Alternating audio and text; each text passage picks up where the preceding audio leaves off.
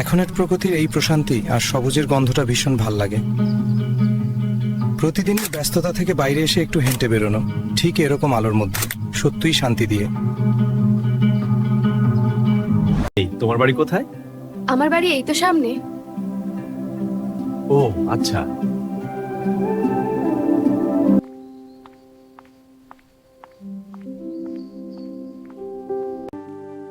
আমি ঘটক। মেয়েটিকে পছন্দ হলে বলো, আমি মেয়েটির বাবা মার সাথে কথা বলবো তোমার ব্যাপারে। ঘটক চাচা, মেয়েটিকে আমার পছন্দ হয়েছে।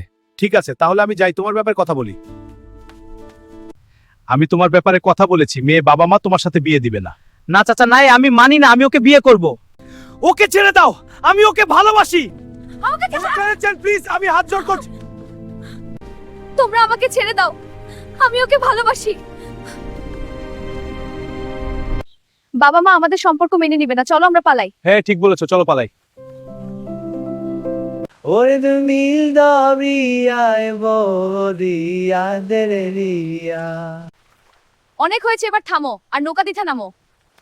এবার ভালো হয়েছে, এবার ডুবে পানি খাও। কি করলি রে? পানিতে পড়লাম। হ্যাঁ এবার ভালো।